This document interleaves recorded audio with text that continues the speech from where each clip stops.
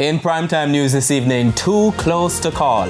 Parties locked in a statistical dead heat 2 weeks before the general election. PNP and JLP leaders continue to crisscross the island to shore up votes. And concerns emerge over the health of politicians amid a grueling campaign.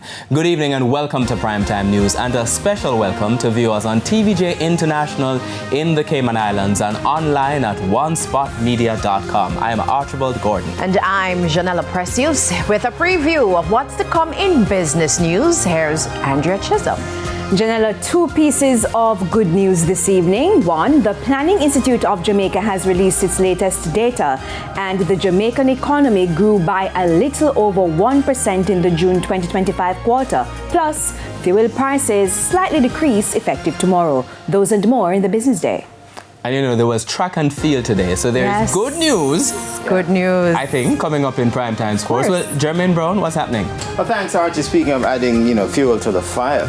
Oblique Seville, another victory over Noah Lyles, this time at the Lausanne Diamond League meet in Switzerland today. We'll tell you more about that and much more a bit later on.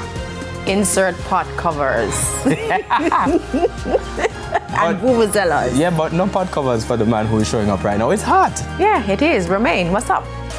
It is hot. We did have drier conditions today than we have been having since the start of this week, and we do expect drier conditions tomorrow. We're not seeing a significant increase in rainfall across the island until the weekend. You said that broad smile. I think he enjoys bad news, but I'll give him a break. You can find out more in the weather report and forecast later on. There's also sports commentary and E-Prime in this newscast. But before the break, the feedback question. And this evening, Archie, we're asking, what do you make of the party standings in the latest RGR Gleaner commissioned Don Anderson polls? This should be fire. You can share your comments online, facebook.com/televisionjamaica, and you can post on X at TVJ News Center.